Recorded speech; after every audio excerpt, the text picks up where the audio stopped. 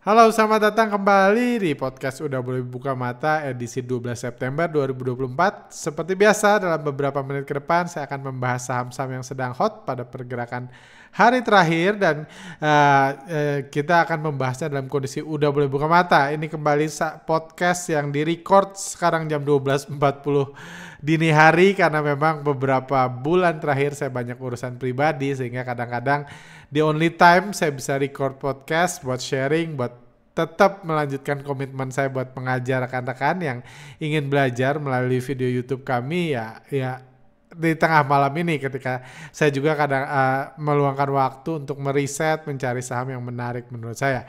Oke, langsung aja kita bahas update terakhir kondisi market saat ini. Langsung aja. Oke. Kondisi IHSG hari ini IHSG udah ada di level 7798, udah hampir mendekati 7.800, sangat dekat, sudah sangat dekat di 8.000 dan hari ini investor asing kembali masuk sebesar 1,07 triliun. Saham-saham yang diakumulasi juga saham-saham yang sudah berulang kali kami bahas, sudah berulang kali kami katakan menarik seperti BBCA, BBRI, BRIS, Telkom dan Brand. Ada beberapa saham yang outflow, nggak ada saham signifikan besar, dan outflow-nya juga kita lihat hanya 14M, 13M, bukan outflow yang signifikan. Jadi overall, asing kembali masuk, lokal terus jualan, semua akan baik-baik saja. Seperti itu yang sudah ribuan kali saya katakan, selama lokal terus jualan, asing terus belanja, kita nggak peduli. Saya akui memang kondisi sektor real di Indonesia sangat buruk. Saya kenal beberapa teman yang mengalami kebangkrutan, bisnisnya sepi, harus tutup, harus switching ke bisnis lain, dan bingung juga bisnis di mana, middle income dalam kondisi penurunan. Yes, semua itu benar. Tapi semua itu hanya kecap kalau dihubungkan dengan bursa saham. Karena bursa saham itu diatur sepenuhnya oleh bandar dan bandarnya sedang baik-baik saja. Tidak ada yang bisa menghancurkan ekonomi, tidak bisa menghancurkan IHSG. Yang bisa menghancurkan IHSG hanya dua, investor asing dan supir angkot. Dan ekonomi yang rusak juga bisa membuat para investor lokal menjual sahamnya ke bandar dan itu juga akan membuat IHSG akan semakin naik. Jadi kita doakan terlepas dari ekonomi yang menyedihkan mungkin saat ini, kita doakan IHSG bisa segera 8.000 digoreng asing dan investor asing dan supir angkot. Seperti itu udah fakta yang nggak bisa dibantah oleh bahkan fundamentalis atau profesor doktor atau siapapun, orang-orang masa lalu, orang-orang dengan ilmu masa lalu seperti itu. Nah, itu fakta yang sangat jelas. Kita lihat IHSG terus bergerak naik, terus mencetak level tertingginya. Hari ini asing masuk, motornya dua jelas. Yang orange ini adalah foreign flow, sementara yang ungu ini adalah IHSPP atau supir angkot. Pergerakan saham supir angkot yang memang semakin hari semakin besar kadarnya. Kita tahu saham terbesar di Indonesia juga sudah semakin tidak tersaingi. Saham Brand sudah semakin resmi menjadi saham terbesar di Indonesia, mengalahkan BBCA. Saham Brand market cap-nya sekarang udah 1.571 triliun, BBCA 1.291 triliun. Saya tentunya mendoakan Brand bisa 2.000, 3.000 triliun, walaupun ya kita tahu, ya kita nggak tahu sih sebenarnya ini perusahaan apa kayak gitu. Banyak yang mention ada Star Energy dan lain-lain. Kalau Anda baca ceritanya, Star Energy itu diakuisisi aja bukan sama Brand. Star Energy udah ada. Kalau Anda lihat foto-foto Brand itu kadang-kadang kan kalau berita harus ada fotonya kan. Anda fotonya, foto Brand itu ada foto pipa-pipa. Anda search pipa itu dari foto apa? Itu foto dari tahun 2015 dari perusahaan lain yang juga bukan Brand. Jadi menurut saya jangan terlalu dipaksakan menganggap Brand ini perusahaan yang benar-benar sungguhan, tapi ini perusahaan terbesar di Indonesia. Cukup menurut saya identitas Brand itu cukup sebagai perusahaan terbesar di Indonesia.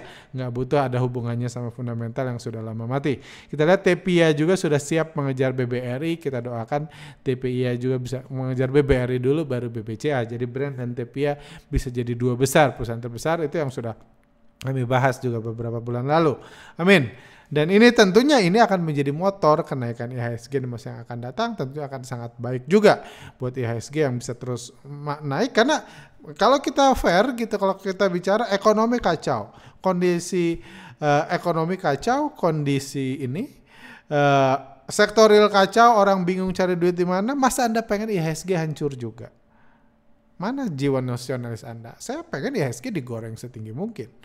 ketika ekonomi kacau. Yes, memang kenaikan IHSG tidak bisa memperbaiki ekonomi, betul, karena fundamental sudah mati di bursa saham. Kenaikan IHSG tidak bisa memperbaiki ekonomi, tapi at least kan kita investor saham yang mengerti, yang sudah tahu fundamental sudah lama mati kan bisa cuan. Saya dalam 1 tahun terakhir saya cari bisnis sektor real, saya punya partner, saya punya dana, saya punya beberapa kandidat. Jujur sampai detik ini belum ada satu bisnis baru yang bisa saya invest. Ini udah bulan September. Karena ekonomi real dalam kacau. Jadi semakin lama ya udah, ngapain saya jauh-jauh, bursa saham ngasih profit yang baik, saham-saham busuk ngasih profit yang baik, ya sudah. Kita real aja gitu kan, kita di sini tugasnya untuk cuan kan, bukan tugasnya untuk ngecapin ekonomi, kecuali Anda memang dibayar, digaji sebagai analis yang tugasnya buat kecap. Kalau enggak ya kita nikmati saja kondisinya. Oke, itu gambaran IHSG. Jadi brand semakin baik, IHSG semakin baik, semua baik-baik saja. Banyak peluang kalau Anda bisa sadar kalau fundamental sudah lama mati. Kalau Anda sibuk mempermasalahkan ekonomi ya malah Anda kasihan. Jangan lupa ketika pandemi, ketika ekonomi hancur pun IHSG terbang. Seperti itu. Oke. Terus saham apa aja yang menarik hari ini, yang jadi watchlist saya hari ini adalah Saratoga. Saratoga hari ini naik 9,3%. Dia sahamnya di bandari lokal. Naik 20%, salah. Di bandari lokal.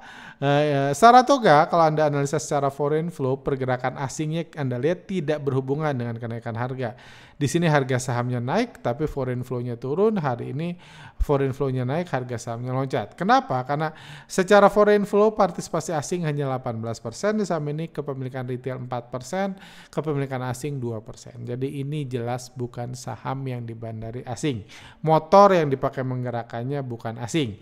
Jadi di saham-saham seperti ini kita bisa lihat foreign and co-nya, karena foreign and co ini indikator yang orange ini menggambarkan pergerakan asing dan koalisi-koalisinya yang juga adalah institusi lokal. Kita tahu penggoreng saham ini itu ya punya hubungan, punya banyak perusahaan investasi di luar negeri. Jadi kenapa enggak? Jadi dia menggabungkan dua itu, foreign and co, dan foreign and co-nya sebenarnya sangat baik.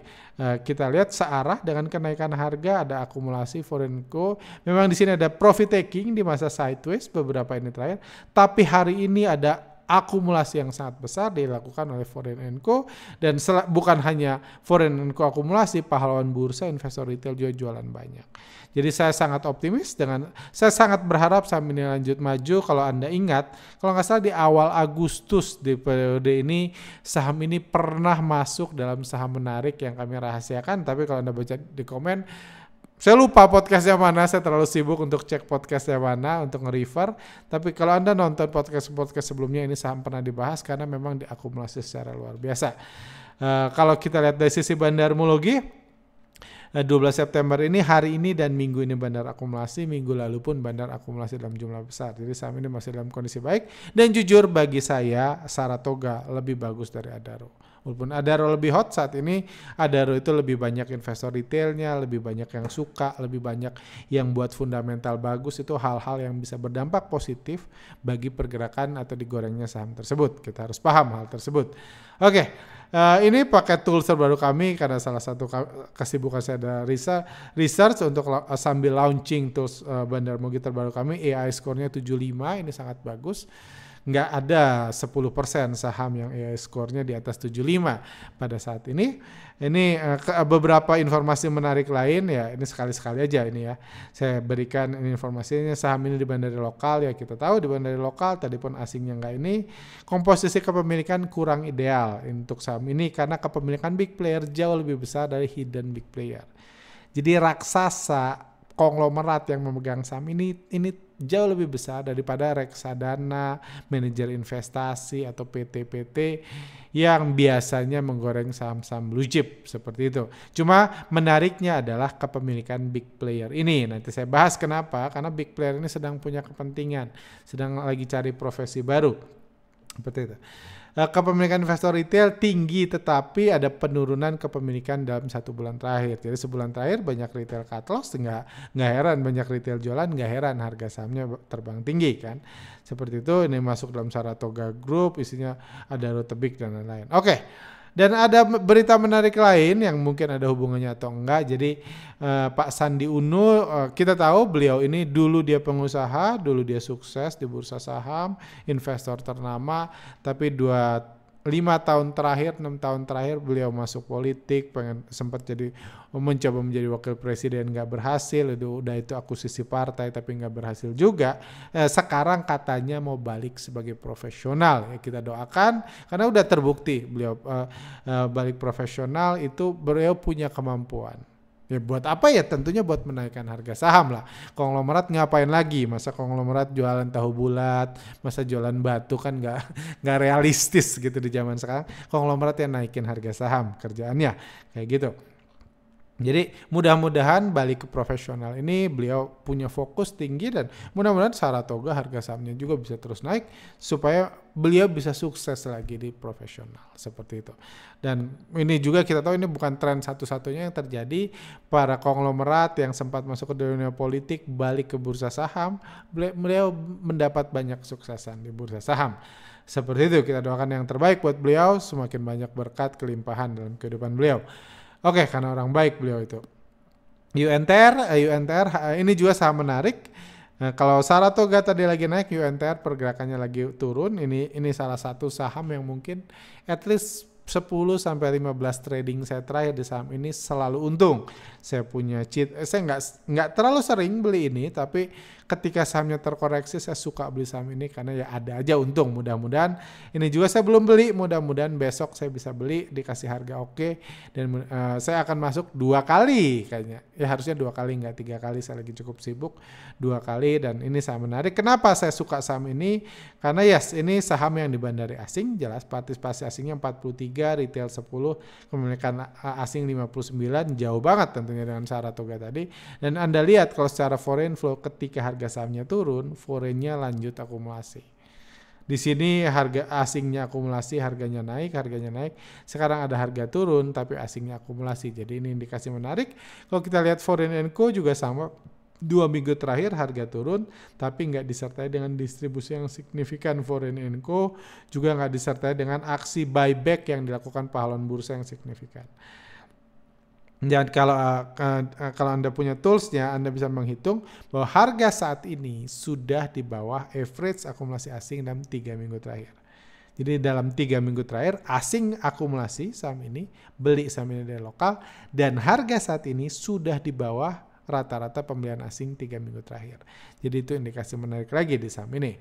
Seperti itu. Secara bandarmologi pergerakannya ini saya ambil dari 26 Agustus dari ini 3 minggu yang lalu sampai sekarang bandarnya akumulasi besar pada periode ini dan harga sahamnya mengalami penurunan. Ini saham menarik juga ini dan pantauan terakhir saya adalah Amart. Saham Amart ini juga udah lama bangkit, udah bergerak naik, hari ini naik 3,21%.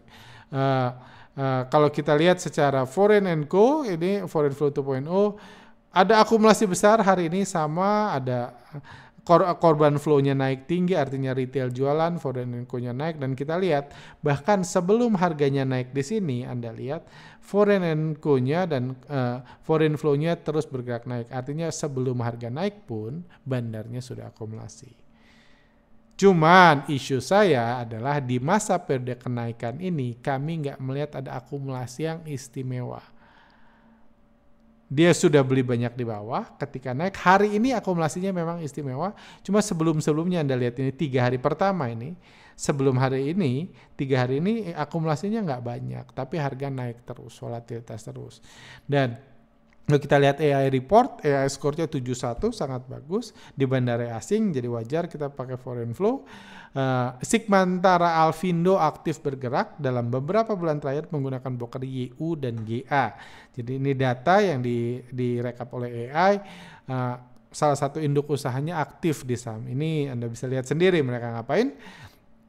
Juga average kepemilikan investor retail di luar kewajaran. Mungkin bandar dan big player memiliki beberapa ekonomi nih, informasi tambahan yang kalau Anda ngerti juga bisa sangat berharga. Dan menariknya dari 2 broker YU dan GA ini dalam kenaikan 1 minggu terakhir ini GA dan YU adalah masuk dalam 5 besar top seller. Jadi waspada karena ada indikasi profit taking yang terjadi dalam beberapa hari terakhir. Hari ini memang ada inflow besar lagi, nggak ada ini, tapi kalau kita lihat overall 4 hari terakhir itu ada indikasi profit taking. Jadi waspada. Kalau profit taking berlanjut, Anda yang punya sarankan jual, bagi saya nggak punya ya saya akan biarkan aja kalau profit taking berlanjut, karena masa bandar profit taking kita ganggu kan. Kalau dia keganggu, dia kesal, nggak dia goreng lagi ya hancurlah saham ini kan. Kayak gitu. Jadi biarlah profit taking, biarlah dia menyerap buat investor retail. Kalau itu yang terjadi, cuma kita yang fokusnya profit, bukan fokusnya berkorban, ya kita nggak usah ngapa-ngapain. Tapi kalau terjadi markdown, harapan saya kalau terjadi markdown besok ada penurunan signifikan di saham ini atau at least Senin Selasa depan. Saya akan nunggu maksimum 3 hari. Kalau terjadi markdown, ada penurunan harga tapi tidak disertai dengan profit taking lanjutan, saham ini sangat menarik karena memang akumulasinya sudah lama. Kurang lebih strategi saya itu di AMMRT, ini juga saham yang menarik karena nuansanya lagi bagus. Saham-saham seperti ini lagi banyak digoreng, lagi banyak naik tinggi, jadi kita bisa manfaatkan momentum tersebut. Karena memang ada banyak sekali saham yang bagus, ada banyak saham yang saya punya pun sengaja saya nggak bahas di podcast. Karena memang sejak 3 bulan lalu saya mengatakan ada begitu banyak saham bagus. Cuma memang sayanya aja yang sibuk, jadi nggak terlalu saya bahas di podcast seperti itu. Oke, kurang lebih itu aja masukan dari saya. Kembali lagi saya suka mengajar, saya pengen mengajar, cuma memang waktu saya banyak berbenturan. Saya lihat banyak yang komen, ada yang DM kapan upload video lagi. Jadi sekarang seminggu sekali aja, kadang-kadang nggak sanggup saya upload video karena saya banyak pekerjaan, ada pekerjaan di CTS, saya juga harus masih mimpin riset pengembangan. Dan ada banyak pekerjaan urusan saya di luar juga. Ya bagi saya penting, mungkin bagi Anda enggak. Cuma saya sangat aktif di luar, banyak aktivitas di luar. Dan saya dalam kondisi kayak gini, saya selalu mengingatkan diri saya bahwa saya jadi full time trader itu tujuan awalnya bukan buat kaya raya. Tapi tujuan awalnya adalah buat supaya bisa enjoy, menikmati hidup, supaya punya kebebasan waktu, punya uang yang cukup juga untuk menikmati kebebasan waktu tersebut dan bisa melakukan hal-hal yang saya anggap berguna dan gak harus selalu berhubungan dengan cari duit seperti itu. Jadi I'm living my dream sebenarnya, walaupun ya saya tahu saya juga punya tanggung jawab, punya komitmen buat mengajarkan saya untuk berbagi baik di workshop atau secara free seperti ini, dan mudah-mudahan Anda bisa belajar something dari saya dan siapa tahu punya cita-cita seperti saya dan bisa merealisasikannya juga. Itu sih doa dan harapan saya selalu. Oke, sampai sini aja. Kalau ada pertanyaan silahkan tulis di kolom komentar. Harusnya mulai awal Oktober saya ada free hampir 1 bulan, jadi harusnya at least di bulan Oktober saya bisa aktif lagi seperti itu. Dan pertanyaan-pertanyaan menarik akan kami tampung, akan ada sesi Q&A di masa yang akan datang. Oke, sampai sini aja. Sehat-sehat selalu. See you next time.